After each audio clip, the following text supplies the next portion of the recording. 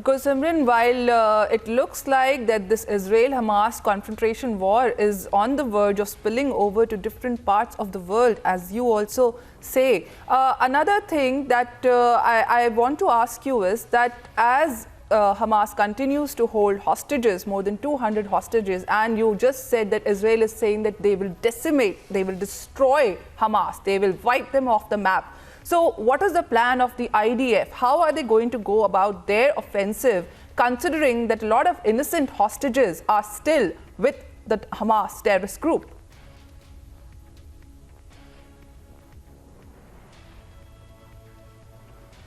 Chef Marcus, and he said that what you are witnessing is way lesser than what is happening actually on ground, that the intensified operations of the Israel Defense Forces against the terrorists of Hamas have reached a new level, and the information that is being shared in the public domain is something that can be shared, but we are carrying out the operation way beyond this limit. That certainly means that the operations that are being conducted by the Israel Defense Forces are not only restricted to the cross-border raids for a limited period of time, but there are some operations that cannot be shared in the public domain. That certainly means that the locations of the hostages, how to reach out to them, how to decimate the infrastructure, the tunnel infrastructure of the Hamas, that is something that is on the cards and being worked religiously by the Israel Defense Forces. Because if you see the statements that are only coming regarding the operations that are being carried out, that can be shared in the public domain. But regarding the operations to evacuate the hostages, there has not been a single word by the IDF.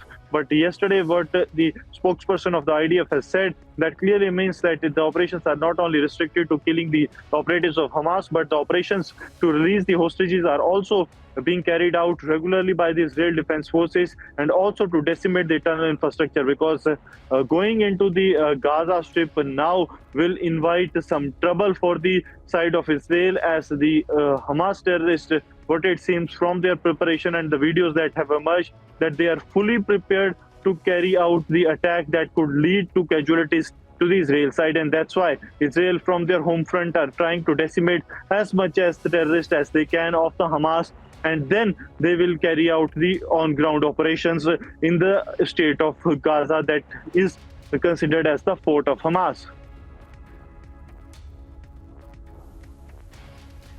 Thank you, Simran, for your comprehensive report on the same. Please do stay with us, as we have another breaking big news coming in as of now. We will get back to you.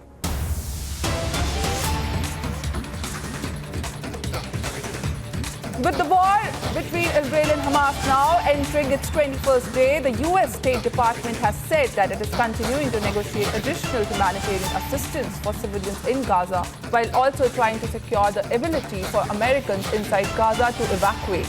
The State Department spokesperson, Matthew Miller, has said that there hasn't been a sufficient amount of aid getting through, but the United States is working on mechanisms to speed up the screening of that aid so more of it can move through the gate and make it to the innocent civilians in Gaza who need it. Estimation sufficient. Envoys moving through, as you know, we've unlocked that piece. There haven't been, to our estimation,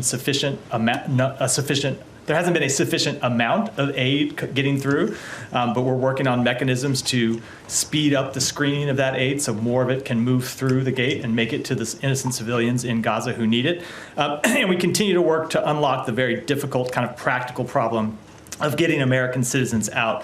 But the problem has been up until now, and it's the problem that we've been trying to unlock, is that at times on the Gaza side of the border, there has been no one there from Hamas to open the gates and process people and let them through. And at other times, there have been actually armed Hamas militants standing there, not even letting people approach the gate. And so we are continuing to work through with the United Nations, with the government of Egypt, the government of Israel, how to get this situation unlocked. We have been making progress. I can't get into the details of that progress because they're very sensitive negotiations, but it's something that we are focused on and hoping to get, hope to have American citizens and other foreign nationals able to move through in the coming days.